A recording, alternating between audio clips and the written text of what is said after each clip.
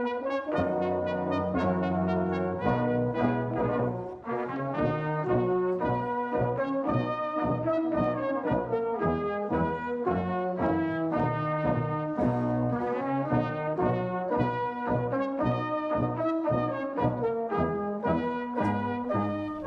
Halberdiers are buttons clear, like sunbeams brightly glancing.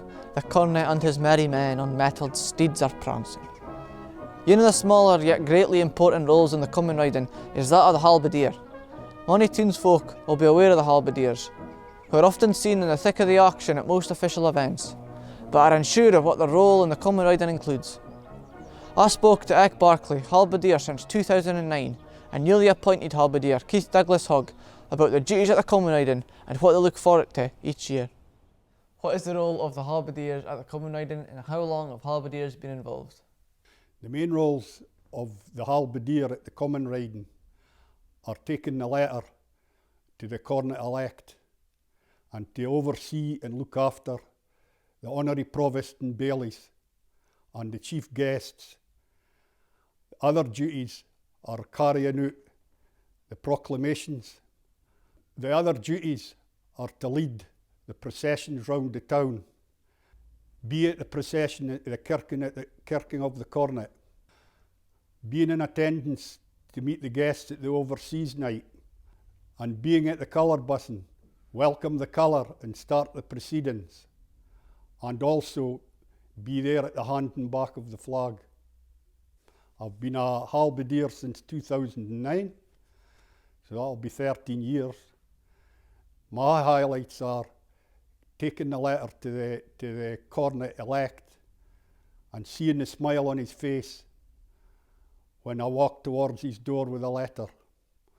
Other highlights for me is the colour bussing, when the colour comes under the crossed halberds and the colour's bust. Another highlight for me is being a former Scots Guardsman, is marching round the town with the drums and fifes. It's absolutely brilliant, and the drums and fifes are the best band in the world. It's unclear when Halberdiers began, but there are records from the early 19th century, and they show that the bellmen, or the borough officers as they were called in that day, were paid to decorate their coats.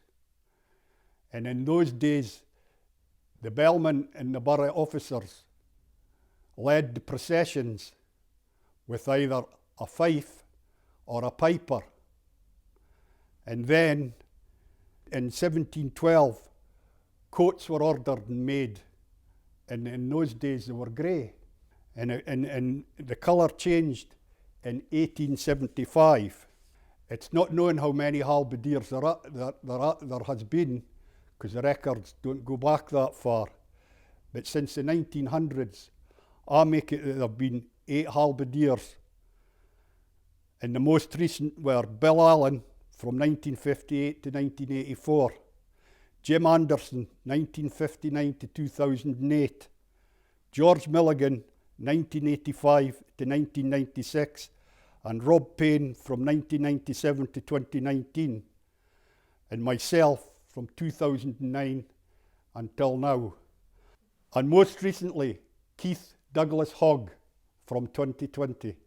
It would be remiss of me if I didn't mention Jim Dimmer Anderson, who completed 50 years as a Halberdier, and I doubt if that'll ever happen in the town again. What advice have you given Keith for his new role? My advice to Keith is to enjoy the moment. It's hard work but rewarding, and be proud that you're representing your town as a Halberdier and Hawick. As a new Halberdier, how much are you looking forward to your role, and what particular parts are you looking forward to? I'm absolutely delighted to have been selected to be a Halberdier for the town. I think taking part in our ancient customs and traditions and the ceremonies that go throughout the common riding is an excellent opportunity, and to give something back to the town means a lot to me and my family. I think the most prominent thing that I'm looking forward to would be the cornet election night and taking my first letter to the first cornet, seeing the reaction on the young man's face as he gets that letter inviting him to be cornet for the town. I think also the kicking of the cornet is a very special occasion for the cornet and his party, and I think the colour busing itself is one of the most prestigious ceremonies across the borders, and I'm really looking forward to being part of that. I'm looking forward to putting my best Hawick accent on to read the proclamations both at the Town Hall and at Allers Crescent on the Friday of the Common Riding.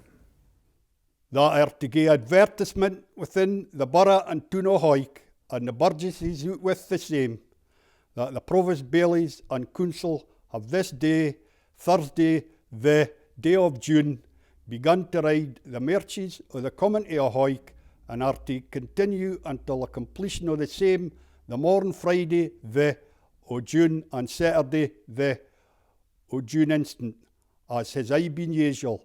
Therefore warning all said burgesses to attend the Provost Bailies and Council on these days in their best apparel to the end foresaid. Hip hip! Hip hip! Hip hip!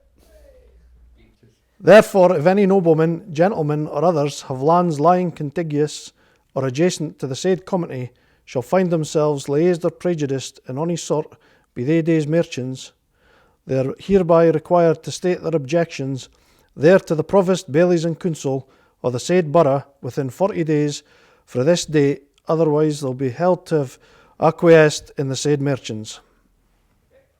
Hip hip! Hip hip! Hip hip! And well, on Remembrance Sunday, the Halberdiers will come down and will get the robes and will take the robes up to the museum. And there's a parade, the Bailies and the Provost come up to the museum. And at 10, just before 10, we have to be up at the Board Memorial for 10 o'clock, where there's 2 minutes silence and there's a couple of wreaths laid.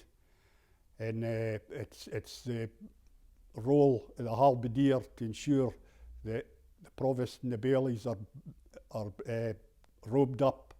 And then when we come back to the museum, we have to go down to the Common Half, and then we march up wheelie behind the pipe band and march the parade up to the museum.